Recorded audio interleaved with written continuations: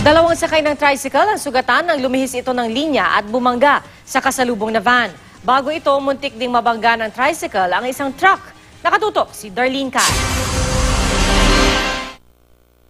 Kuha ito sa National Highway ng Barangay Nagrebcan, Bawang La Union. Isang tricycle na lumhis ng lane sa Bawang Bridge ang nasalpok ng parating na van. Tumilapon pa ang tricycle. Base sa investigasyon ng pulisya, biglang napunta sa linya ng van ang tricycle kaya nagsalpukan ng dalawang sasakyan.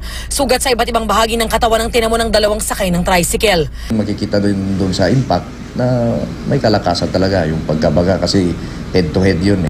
Pero bago pala ang salpukan ng van at tricycle, nakunan din sa CCTV ang parehong tricycle na nag-counterflow at muntik na ring sumalpok sa isang truck. Allegedly, nag-inuman sila before na nangyari yung aksidente.